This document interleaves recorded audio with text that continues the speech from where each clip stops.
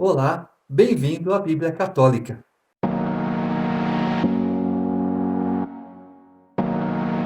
Gênesis capítulo 19.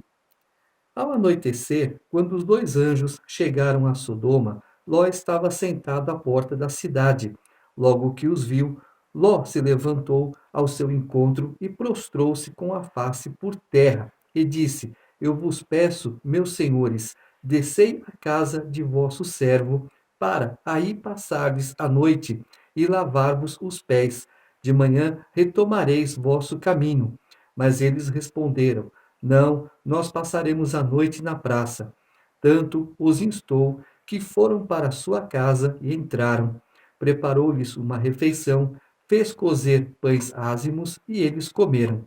Eles não tinham ainda deitado quando a casa foi cercada pelos homens da cidade, os homens de Sodoma, desde os jovens até os velhos, todo o povo sem exceção. Chamaram Ló e lhe disseram: Onde estão os homens que vieram para a tua casa esta noite? Traze-os para que deles abusemos. Ló saiu à porta e, fechando-a atrás de si, disse-lhes: Suplico-vos, meus irmãos, não façais o mal. Ouve, tenho duas filhas que ainda são virgens. Eu vô-las trarei. Fazei-lhes o que bem vos parecer, mas a estes homens nada façais, porque entraram sob a sombra do meu teto. Mas eles responderam: Retira-te daí. Um que veio como estrangeiro agora quer ser juiz? Pois bem, nós te faremos mais mal que a eles. Arremessaram-se contra ele, Ló, e chegaram para arrombar a porta. Os homens, porém, estendendo o braço, fizeram Ló entrar para junto deles na casa e fecharam a porta. Quanto aos homens que estavam na entrada da casa, eles os feriram de cegueira, do menor até o maior, de modo que não conseguiam encontrar a entrada. Os homens disseram a Ló: Ainda tens alguém aqui? Teus filhos, tuas filhas, todos os teus que estão na cidade, faze-os sair deste lugar, porque vamos destruir este lugar, pois é grande o grito que se ergueu contra eles diante de Yahvé. E Yahvé nos enviou para exterminá-los. Ló foi falar com seus futuros genros, que estavam para casar com suas filhas. Levantai-vos, disse ele, deixai este lugar, porque Yahvé vai destruir a cidade. Mas seus futuros genros acharam que ele gracejava. Raiando a aurora, os anjos insistiram com Ló, dizendo: Levanta-te, toma tua mulher e tuas duas filhas que aqui se encontram, para que não pereças no castigo da cidade. E como ele hesitasse, os homens o tomaram pela mão, bem como sua mulher e suas duas filhas, pela piedade que Yahvé tinha dele. Eles o fizeram sair e o deixaram fora da cidade. Enquanto o levavam para fora, ele disse: Salva-te pela tua vida, não olhes para trás de ti, nem te detenhas em nenhum lugar da planície. Foge para a montanha, para não pereceres. Ló lhe respondeu: Não, meu senhor, eu te peço, teu servo encontrou graça a teus olhos e mostraste uma grande misericórdia a meu respeito, salvando minha vida. Mas eu não posso me salvar na montanha, sem que me atinja a desgraça e eu venha a morrer. Lá está aquela cidade bastante próxima para a qual posso fugir. Ela é pouca coisa. Permite que eu fuja para lá. Porventura, ela não é pouca coisa, e nela viverei. Ele lhe respondeu: Faço-te ainda esta graça. Não destruirei a cidade de que falas. Depressa, refugia-te lá, porque nada posso fazer enquanto não tiverdes chegado lá. É por isso que se estendeu a essa cidade o nome de Segor.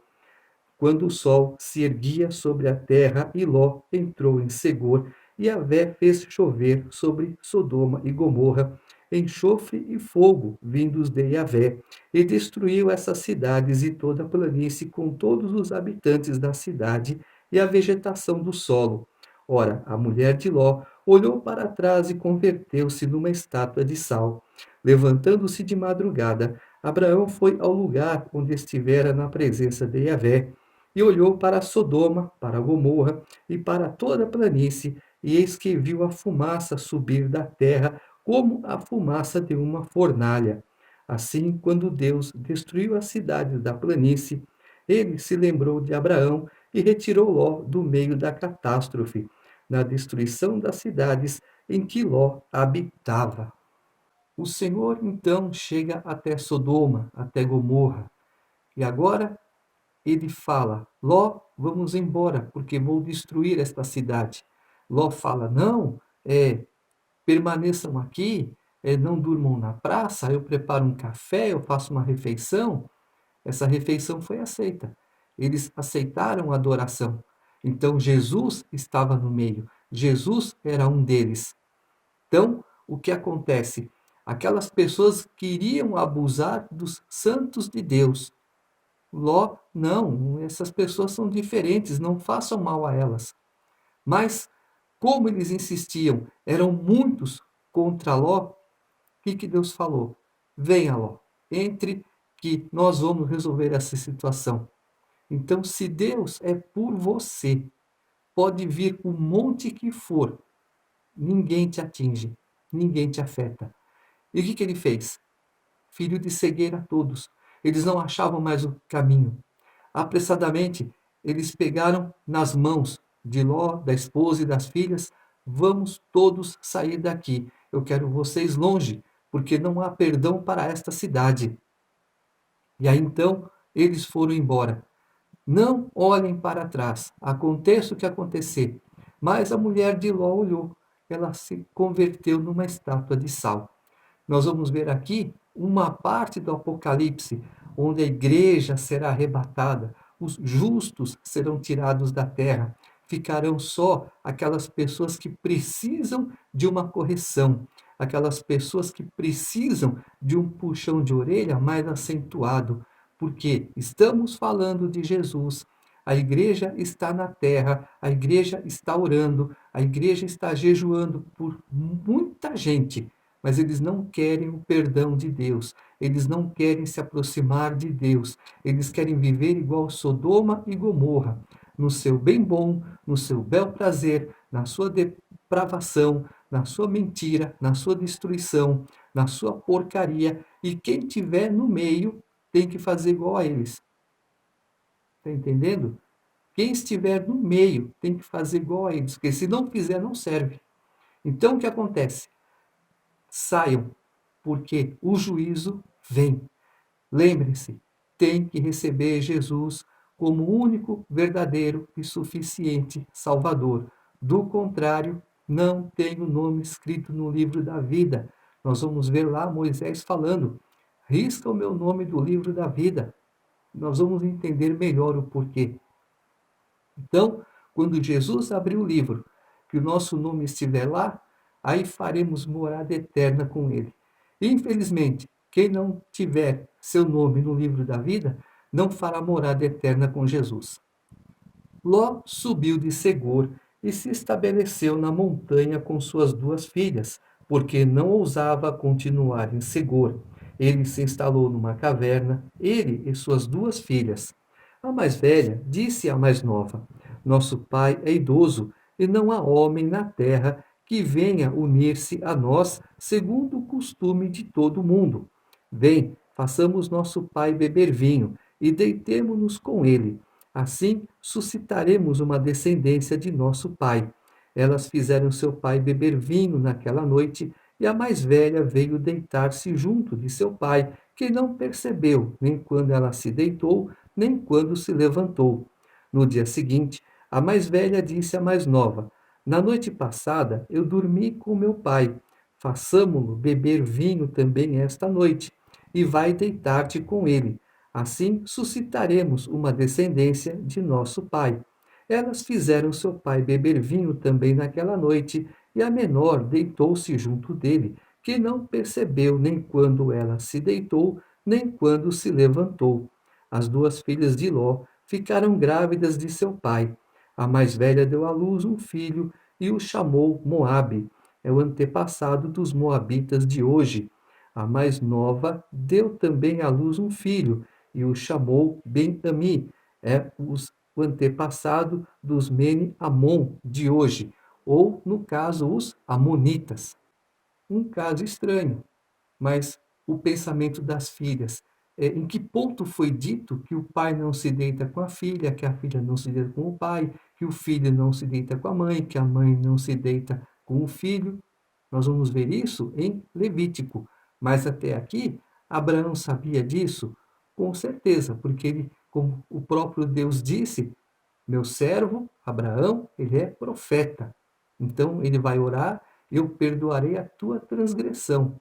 Não foi assim que Deus falou com Faraó?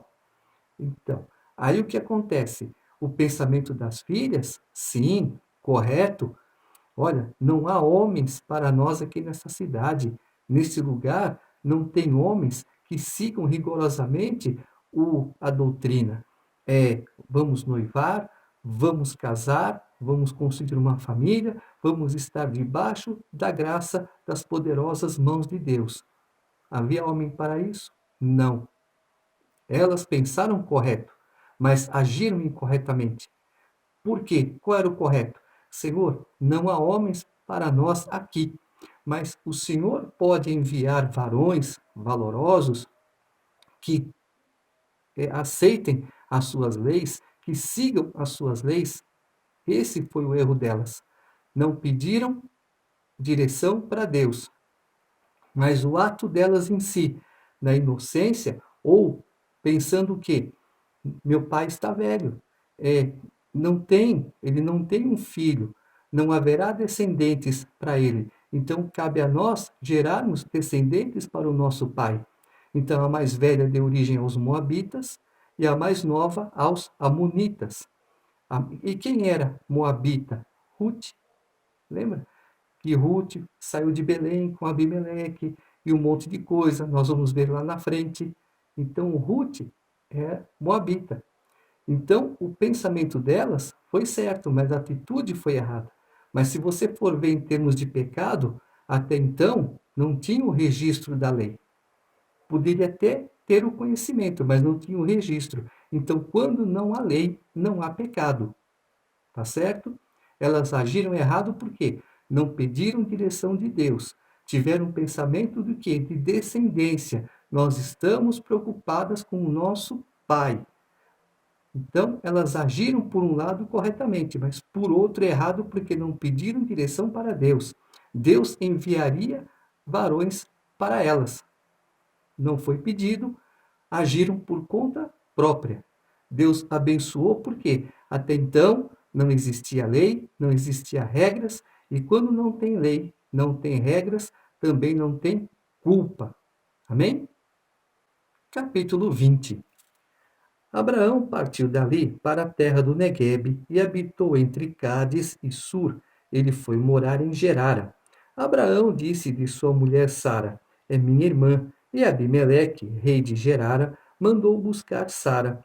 Mas Deus visitou Abimeleque em sonho durante a noite e lhe disse: Vais morrer por causa da mulher que tomaste, pois ela é uma mulher casada. Abimeleque, que ainda não tinha se aproximado dela, disse: Meu senhor, vais matar alguém inocente? Acaso não foi ele que me disse, é minha irmã, e ela mesma não disse, é meu irmão? Foi com boa consciência e mãos puras que fiz isso. Deus lhe respondeu no sonho: Também eu sei que fizesse isso em boa consciência, e fui eu quem te impediu de pecar contra mim, não permitindo que a tocasses. Agora devolve a mulher desse homem, ele é profeta, e intercederá por ti para que vivas. Mas, se não a devolveres, saibas que certamente morrerás com todos os teus. Abimeleque levantou-se cedo e chamou todos os seus servos. Narrou-lhes tudo isso e os homens tiveram grande temor. Em seguida, Abimeleque chamou Abraão e lhe disse: Que nos fizeste? Que ofensa cometi contra ti para que atraias tão somente culpa sobre mim e sobre meu reino? Tu me fizeste como não se deve fazer. E Abimeleque disse a Abraão: Quem te pediu para agir assim? Abraão respondeu: Eu disse para comigo: certamente não haverá nenhum temor de Deus neste lugar e me matarão por causa de minha mulher. Além disso, ela é realmente minha irmã, filha de meu pai, mas não filha de minha mãe, e tornou-se minha mulher.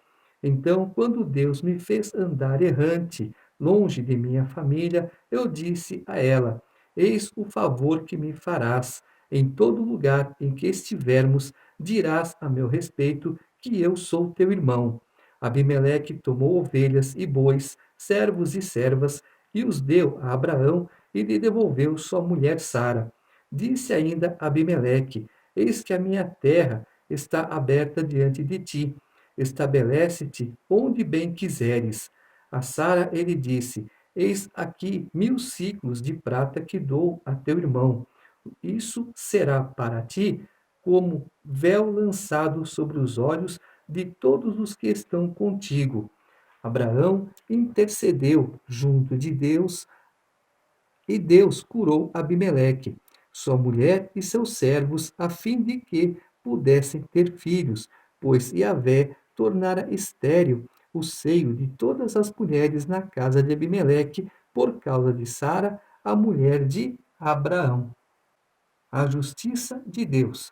Ele não toma o culpado por inocente e não toma o inocente por culpado. Eu fiz isso de inocência, Senhor. Né? Ele falou que era irmã dele. Eu sei. Por isso que estou te avisando em sonho, para que você não cometa nenhum mal, para que eu não te repreenda, para que eu não te corrija, para que eu não te mate. É assim. Até hoje, quando Deus resolve fazer alguma coisa, nós temos um intercessor que é Jesus Cristo. Mas quando a coisa chega complicada, que Deus fala, quem vai resolver sou eu, Deus tem 3 modos de resolver.